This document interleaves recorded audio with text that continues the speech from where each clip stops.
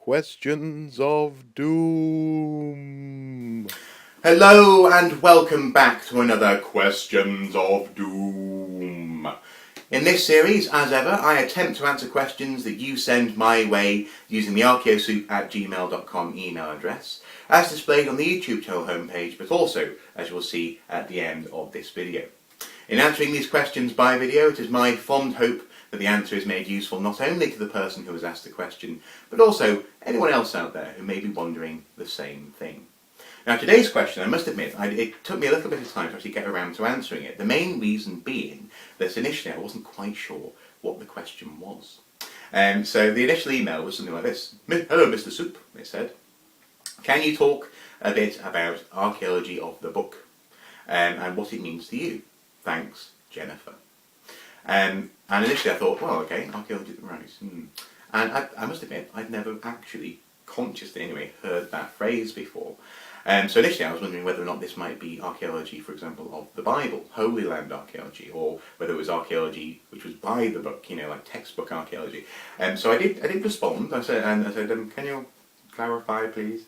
And she was kind enough, was Jennifer, to actually send 2 emails, even though she's a very busy student at the moment, and clarify her point. And it was quite literally the archaeology of books, of manuscripts. And in many ways, it's a notion which I think I've always sort of taken for granted, and therefore I didn't ever really thought that there was a term for it. And it really stems, I suppose, from history in high school. I remember my history teacher being extremely passionate about trying to instill into us the difference between a primary source, a secondary source, and even a tertiary source in terms of where does this information come from, who has edited it, who has passed it on, might they have a personal, a political, or even a religious agenda to stamp onto this evidence, and you must always be aware of that. And I just kind of took for granted that also meant that the history of the text was as important as the text from history, as it were. But this term, archaeology of the book, the more I sort of started to think about it and looked into it, it is a fascinating one, and it's crucial. So it's well worth thinking about, well worth talking about. So first of all, that overarching terminology for someone who studies the archaeology of the book, or books, or texts, or manuscripts, is a paleographer.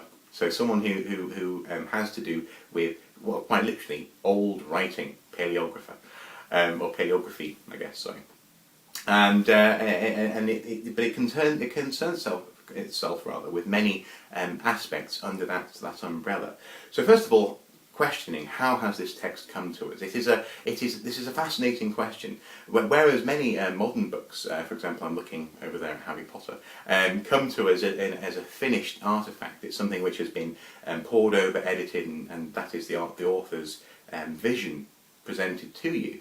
And many texts from history aren't necessarily like that. Sometimes they went through a stage of being passed on orally, from bards and poets to the public, and then eventually they were written down.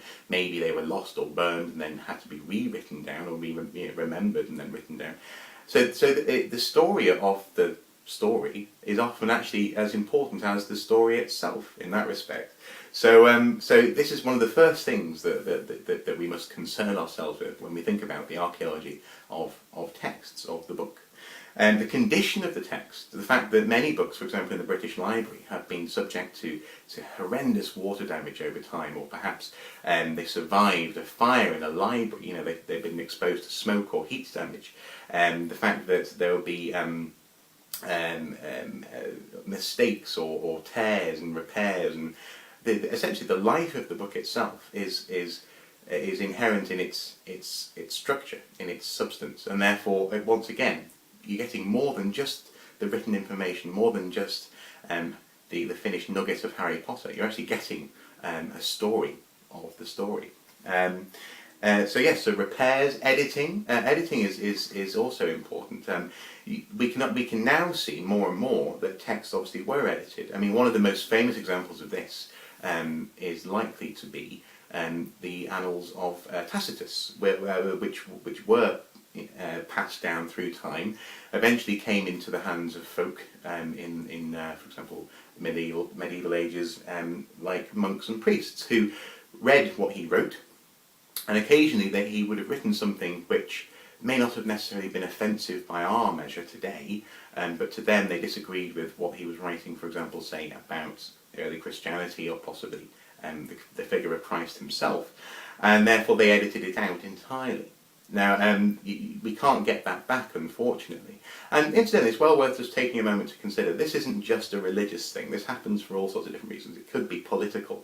There are instances where the whole character, as it were, of someone in history has been stained almost irrevocably by people who have a political agenda. So before we mustn't just get on a high horse and go, ooh, monks. But this is something which people do fairly naturally. If you don't agree with something, sometimes they simply won't pass on the bit they don't agree with. So editing is something to be aware of. Paleography itself, actually, the study of not only how something is written down, what it's written with. For example, common writing ink before modern ink was based on iron, like an iron-based ink. Being aware of the different materials which have been used to write down these texts is integral to the study of the text. But also how people wrote, that is what they were saying. You need to be aware of the evolution of a language, for example, Old English, Middle English, Modern English, but also as well the things which the scribe would have taken for granted. For example, we often use things like IE, EG, PS, all this kind of thing in our everyday written script today. But in the future, these little notations may not necessarily be immediately obvious to the person who's reading the text. So you need to be aware of these shorthand, the notation which scribes might have used in the past. So there's all sorts of skills and cultural context really to be aware of as well when you're doing the archaeology of a text. Philology. This is something that Mrs. Soup feels very strongly about, being a classical historian who specialised in philology. And that is the reconstruction of languages which no longer exist, or the inference of languages which no longer exist, through their daughter or granddaughter languages which are surviving today. Now, this isn't necessarily always important in the field of historical text, because sometimes you can almost see the evolution of a word anyway. But occasionally you will have to, in the case of many Greek words, for example, we have to essentially go, I think that might mean that, but because maybe this word is used once every 10,000 words, the context of that word can sometimes be lost on a modern audience. And though it may be a word like, for example, just saying in English, it's not really a word, but it's something which culturally is taken for granted, others did it then, to infer that we're thinking as we're talking, and therefore. And these things which are momentary cultural artefacts may well be lost over time. So in some ways, philology may actually try also to understand those, as well as inferring languages which no longer exist. There is this notion of, as I say, questioning the complete or finished text, and in that sense, there are a few examples which I think are very pertinent. The first one, which I was exposed to a few years ago, actually, was the logs of pins, or rather written logs, records of pins arriving in a medieval port. And the person who was giving this lecture was talking about how the archaeology showed that there were far fewer pins, I believe, than were in the records. But the people who held the records were going, oh no, these if the records say that the pins are there, then the pins have to be there. And actually that was interesting in so much as it was a tension between observable reality and someone who may well actually have been cooking the books. So there we have actually archaeology itself challenging a text, and in this sense giving you that insight that what you have in the book isn't necessarily a finished nugget of knowledge, and therefore it requires an archaeology of its own to get to the bottom of it. A second example, a famous example actually, is the so-called Archimedes palimpsest. It's a 13th century prayer book, which has been the fabric of the pages has been reused, so essentially scraped off and rewritten as a prayer book. But underneath it there is a treatise by Archimedes himself, which can be seen nowhere else. So here we have quite literally a palimpsest, and recently I did a video about palimpsest, how the concept is important in archaeology, and here it is being applied directly to the field where it comes from, texts and books, and it's revealing knowledge within a page which has been essentially erased over time. So again, the archaeology of the text of the book is just as important as the finished text itself. Also, actually, it's worthwhile mentioning, very quickly, Beowulf, one of my favourite historical works of epic literature ever. I have a copy here. Of course it's illustrated, because that's just the kind of guy I am, I guess. But it's a text which is fascinating, because originally this story would have been passed on verbally. It was a story which was for bards and poets to tell at parties, just as with Homer and the Iliad. Beowulf starts out essentially with someone saying, "Listen, listen well," and it's because it would have been in a party. We've had someone having to say, "Okay, stop drinking, listen to me."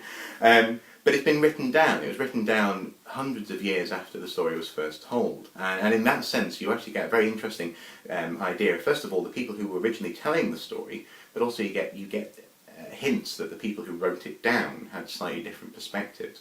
For example, Grendel, who almost certainly was originally just an elemental bog demon type thing, in the written version has become the kin of Cain, the first sinner, we are told. So there is a Christian monk putting his perspective on the story.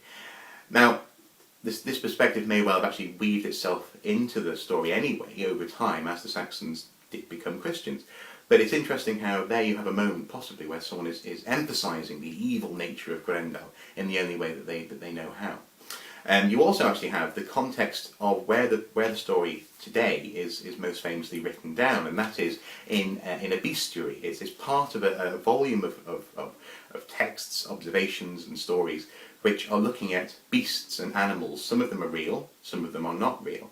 And in this context you have Beowulf and his Grendel, his grinder, who is seen as potentially a real beast. It's a story which is exciting, and actually what I find most interesting about this is, yes, the story was put into that context by the people who wrote it down, but even more interesting is that the monks themselves were constantly being told off for taking too much interest in old stories rather than modern theology or the Bible itself. So actually these guys weren't just out to put a Christian spin on Beowulf, they were enjoying the story as much as anything else.